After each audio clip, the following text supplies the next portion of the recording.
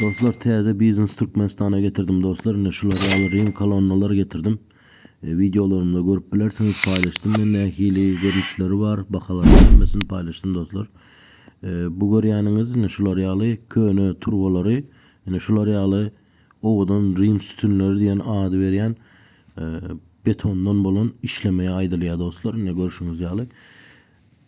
Öňler bilýän bolsaňyz şular ýok wagty demirler vardy. Indi ýöne bir demirler hem almana gerek ýok. Indi şular ýaly rim kolonna öwürip bilýän. Mende şularyň galyplary bar dostlar. Yani edir şular ýaly çykaryp bolýar. Boýlaryny tapawut etmeýär. Boyu 3.75.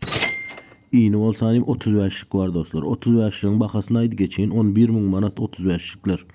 Edir şular ýaly sütün çykaryp bilýäňiz. 40'lygyň bahasy bolsaňym 12.000 manat bahasy var dostlar.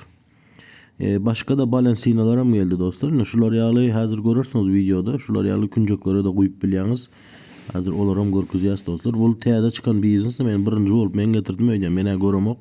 Türkmenistanda barmy ýokmy? Siz kommentarlarda ýazyň dostlar. Bar bolsa nirde haýsy trapda bar, kim işleýär?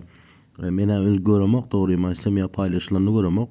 Dostlar hazır indiki videoda görürsüňiz balansinalaryň bahasyny aýdy geçecek. Ine şu videodaky balansinalaryň bahasy şu kurulka ýasap bolýan balansinalar bahalary 8.000 manatdan dostlar. Şular ýaly gapyrgalardan 5 gapyrga 2 sütüni bolýar arasynda 95 cm boyu bolýar dostlar.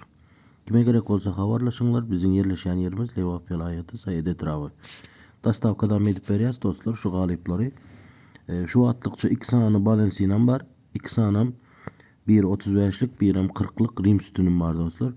Kime gerek olsa habarlaşınlar. Öz etraplaryňyzdan şular ýaly hyzmat berjek bolsaňyz iň umut bizneslerden biri we iň gowpul getiren bizneslerden biri dostlar.